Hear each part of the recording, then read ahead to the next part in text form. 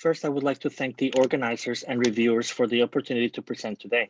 My talk pertains to the nature of the affrication of velar stops, plain and ejective, in the Yucatecan and Greater Q'anjob'alan subgroups of the Mayan language family. Similar sound changes have been described for at least one of all 6 of the major subgroups of the Mayan language family. However, the conditions of such changes often differ from one language to the next, from one subgroup to the next. My goal today is to focus on the case of the Yucatecan and Greater Q'anjob'alan subgroups, given the close proximity of these languages to the Greater Tz'altalan languages, which include the highly influential Cholan languages that served as the basis for the writing system of classic Mayan civilization. Several scholars have supported a model involving the diffusion of loanwords and/or sound change rules emanating from the Greater Tz'altalan region outward into the Yucatecan and Greater Q'anjob'alan regions. I will review the evidence and use it to test 3 options: the areal spread of a sound change rule, the areal spread of loanwords, and a combination of the first 2 options. The Mayan language family is found in southeastern Mexico, Guatemala, Belize, and parts of Honduras. It is characterized by 6 cohesive subgroups shown in blue. In Terence Kaufman's diversification model, 4 of the 6 major subgroups are closely related at higher levels, forming a pair of higher level subgroups: Western Mayan, Eastern Mayan, which in turn may be grouped at a higher level into Central Mayan. In contrast, Huastecan and Yucatecan are analyzed in Kaufman's models as early offshoots, each exhibiting a much lower degree of internal diversity compared to the others. Here we see the Yucatecan subgroup in blue, the Greater Q'anjob'alan subgroup in green. These 2 subgroups do not appear to have experienced significant interaction between them, which brings up the issue of diffusion. The Greater Tz'altalan languages, both the Cholan and Tz'altalan branches, figure prominently in 2 of the major diffusion areas or spheres that have been defined within the Mayan region, shown here: the Greater Lowland Mayan Chiapas sphere and Huehuetenango sphere. To understand, the Greater Lowland Mayan contact sphere was highly influential, resulting in traits that spread outward and were adopted by other Mayan languages, including Greater Q'anjob'alan. This is why I begin with a description of the K to Ch shift in Greater Tz'altalan in order to set up a basis for comparison. To understand this shift, a brief overview of Proto-Mayan phonemes can be useful, especially to make note of the contrast between velar and post-velar stops, both plain and ejectives. The model shown is by Terence Kaufman and employs his practical orthography. I will employ this orthography for the most part, except I will use IPA signs for the glottal stop and velar nasal. Here are some examples of the Greater Tz'altalan shift, showing cases of Proto-Mayan velar stops in initial, medial, and final positions, as well as an example of a uvular stop in blue and one example of a velar nasal in pink. The slide also shows the Cholan and Tz'altalan reflexes. The K to Ch shift is seen in all of the examples. The Q to K shift is also illustrated, as well as one case of the velar nasal to alveolar nasal shift. These changes require a precise relative order. Cases of Proto-Mayan uvulars did not experience the affrication shift, but show up in both Cholan and Tz'altalan as velar stops, plain and ejective, which means that the shift of Q to K followed the shift of K to Ch. Also, from loanword evidence that I will not review here in detail, it is possible to show that the velar nasal to alveolar nasal shift followed the K to Ch shift. This slide shows that not all cases of Proto-Mayan K or Ka shifted to Cha or Cha in Greater Tz'altalan.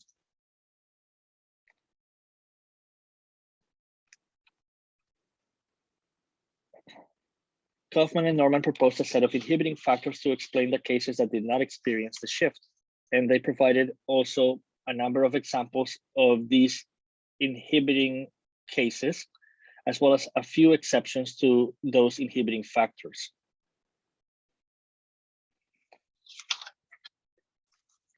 Some exceptions were explained by Kaufman and Norman as loanwords into Q'anjob'alan from other Mayan languages that did not experience the shift.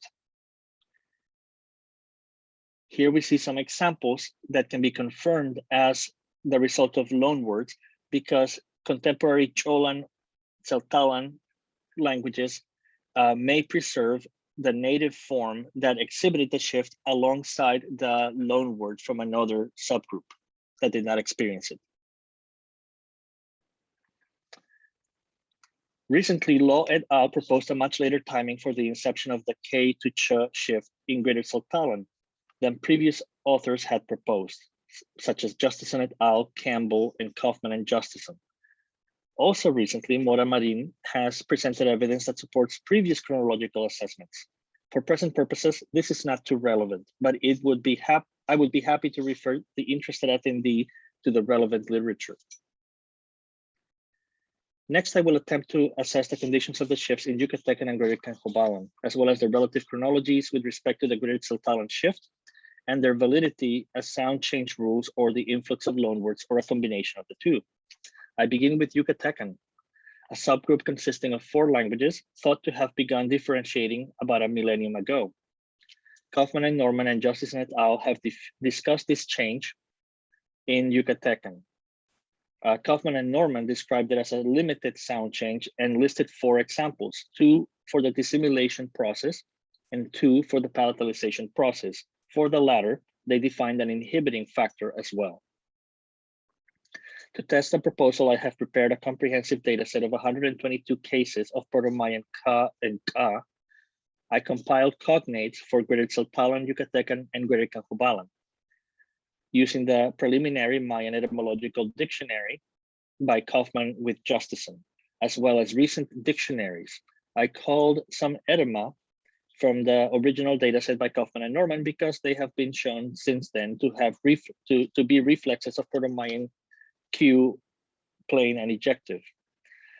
The goal was to assess the conditions that either promoted the shift or that inhibited its application, as well as to determine whether diffusion of loanwords offers a better explanation. Out of 122 cases of Proto-Mayan Ka and Ka, I was able to find 92 attestations in the Yucatecan languages, not all of them reconstructible to Proto-Yucatecan. And of these, a mere 7 cases exhibiting the shift can be reconstructed to Proto-Yucatecan. These are the 7 etyma exhibiting the shift that can be reconstructed as such to Proto-Yucatecan. All 7 agree with cases in which Greater Saltalan experienced the shift. Proto-Yucatecan chak is undoubtedly a loanword. It is attested in epigraphic Mayan in the classic period in northern Yucatan sites and elsewhere as cha-ki. It is attested in colonial Yucatec both as chak and kawak, the latter corresponding to thunder, a day name in the ritual calendar. In fact, kawak constitutes the expected reflex from Proto-Mayan kahok and confirms chak to be a loanword, one diffused early prior to the differentiation of Proto-Yucatecan. The case of flea is also interesting. Note that it is reconstructible to Proto-Yucatecan with the vowel E as cheek. However, it is supposed to be a reflex of Proto-Mayan kak, which has a vowel A. Similarly, fingernail is a reflex of Proto-Mayan ishkak, which exhibits in its second syllable a sequence identical to the form for flea. Why one form would have been inherited in Yucatecan with E and the other with A is not clear. I propose that flea and fingernail are loans from Q'anjob'alan. As Kaufman and Norman have explained, pre-Q'anjob'alan A shifted to a schwa in Proto-Q'anjob'alan, except in some environments such as final syllable of a disyllabic root, as in the case of fingernail. Proto-Q'anjob'alan ichak agrees consequently with the Proto-Yucatecan form. Because of this shift of pre-Q'anjob'alan A to a schwa, flea can be reconstructed to Proto-Cholan as chuk with a schwa. Thus, although inherited from Proto-Mayan forms with the same vowel, in Proto-Cholan, flea and fingernail differ in their final vowel. Since this schwa is realized as a rather high central vowel in Chol and Yucatan, it is possible that it was perceived as an E by Yucatecan speakers. This perception would have led them to borrow flea as chik and fingernail as ichak. Similarly, palm tree can be explained as a borrowing from Cholan. For one, no sound change of a long vowel becoming a short vowel before a bilabial implosive has been described for Yucatecan. There are plenty of examples against this. Thus, there is no good reason why Proto-Mayan kib would be reflected as Proto-Yucatecan chib with a short vowel. However, pre-Cholan long vowels merged with short vowels in Proto-Cholan. Thus, Proto-Mayan kib shifted to Proto-Graded Saltalan chib and then to Proto-Cholan chib with a short vowel. Consequently, the form reconstructible to Proto-Yucatecan could be explained as a loan from Cholan prior to the differentiation of Proto-Yucatecan. Kaufman and Norman's proposed affrication of the velar ejective before front vowels did not apply to several etyma shown here. These are prominent exceptions, especially for a sound change proposed to have affected so few cases. Instead, such exceptions further support the proposition that Yucatecan borrowed the 7 etyma with the shift from Cholan. The table summarizes the 7 etyma exhibiting the shift that are reconstructible to Proto-Yucatecan and their likely relative chronology of borrowing from Graded Saltalan and Cholan sound, based on the sound changes that those languages have experienced.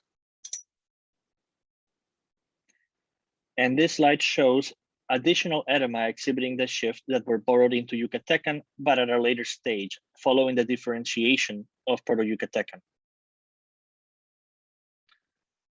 Next, I address the shift in the Graded Q'anjob'alan languages.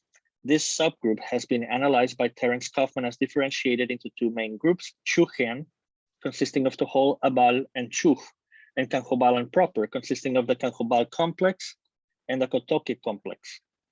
Kaufman has proposed a Ka to Cha shift, applying only to the plain velar stop, specifically in the Q'ujian group of Greater Q'anjob'alan, as a result of influence from Greater Saltalan, perhaps specifically Cholan. He has also proposed a number of individual loan words from Cholan into the Greater Q'anjob'alan languages. Here we see Kaufman's formulation emphasizing his proposal that in Q'ujian, the shift was borrowed and applied under the same conditions as those in Greater Saltalan, but only for the plain velar stop, not for the ejective one.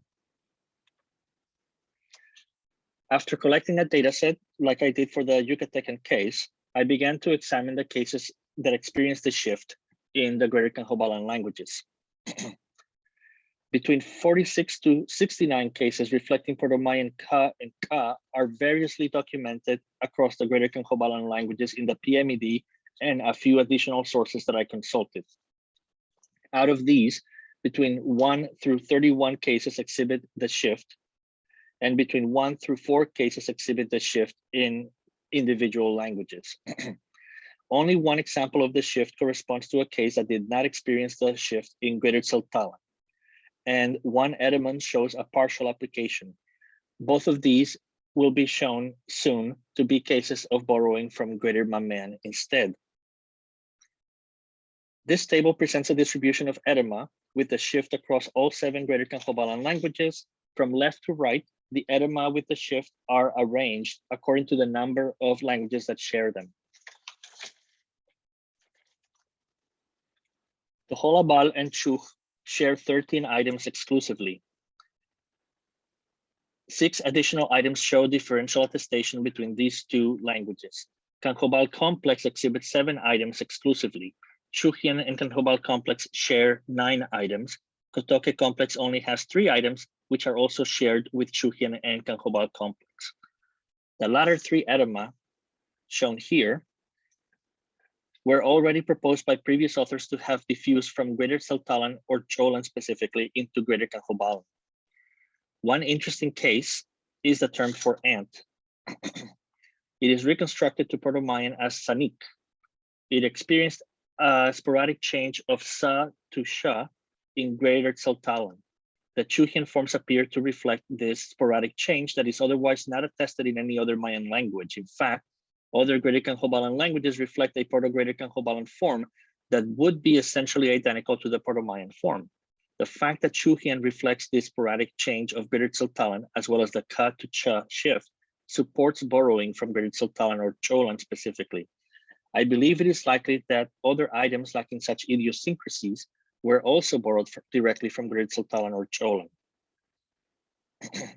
Interestingly, there is evidence for influence from Greater Mayan, likely in the context of the Huehuetenango sphere. Both squash seed and blood were very likely loans from Greater Mayan, the former into the Q'anjob'al complex only, and the latter into both Chugian and Q'anjob'al complex. It is possible that other forms may have been borrowed from Greater Mayan, but it is not necessarily possible to rule out Greater Q'anjob'alan or Q'anjob'alan for a few of these cases that agree between the two. The distribution of etyma exhibiting the shift can be plotted on a map, and in order to look for some other insights. The map shows the number of items exhibiting the shift in each of the languages from Greater Q'anjob'alan. Next, I present illustrations of one way to analyze the distribution of the etyma, taking into account geography and shared etyma across the languages. I propose tentatively 3 waves of diffusion. Here we see the first wave, which spread from Greater Q'anjob'alan into the Greater Q'anjob'alan region before the differentiation of Greater Q'anjob'alan and diffused 3 items. The second wave was responsible for 9 additional items that are shared between Chugian and Q'anjob'al complex, but which do not extend into the Qotoque complex area. The third wave was responsible for the implementation of the K to Cha shift in Chugian, with 19 items that reflect this shift.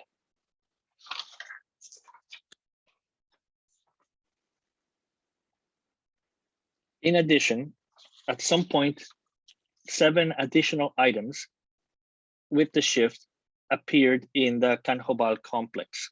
Some of these from Mayan languages, as shown with the red arrows, and some of them probably from Greater Q'anjob'alan or from Chugian. The pattern I just analyzed can be reconciled with the differentiation model as follows.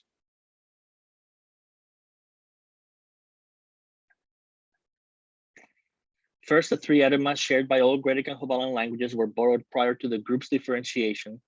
Then, after their initial differentiation into Chugian and Q'anjob'alan proper, and indeed following the differentiation of Q'anjob'alan proper into Q'anjob'al complex and Qotoque complex, an additional 9 etyma were diffused into both Chugian and Q'anjob'al complex. Subsequently, 19 additional etyma with the shift appear in Chugian prior to its differentiation, likely as a result of its own K to Cha shift being in progress at this point.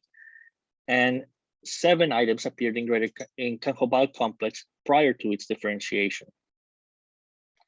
Chugian likely experienced a sound change rule stimulated by an initial influx of borrowings from Greater Q'anjob'alan. The Q'anjob'al complex and Qotoque complex are characterized by borrowings, some shared with Chugian. A majority of cases of Proto-Mayan Ka and all but 4 of the Proto-Mayan Ka remain unshifted in Q'anjob'alan proper. Conclusions. In the case of Yucatecan, there is evidence to support a borrowing scenario. Yucatecan speakers borrowed 7 items exhibiting the shift from Greater Q'anjob'alan, perhaps specifically Q'anjob'alan, prior to their differentiation. A few additional items were borrowed subsequently. Greater Q'anjob'alan borrowed 3 etyma exhibiting the shift from Greater Q'anjob'alan, perhaps Q'anjob'alan specifically prior to their differentiation. Subsequently, they continued to borrow more cases.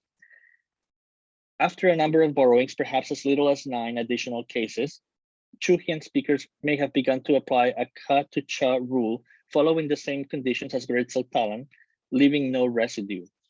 Q'anjob'alan complex borrowed additional items, some likely directly from Greater Tz'altalan, others from Chujian, and a few from Greater Mayan. Thank you very much.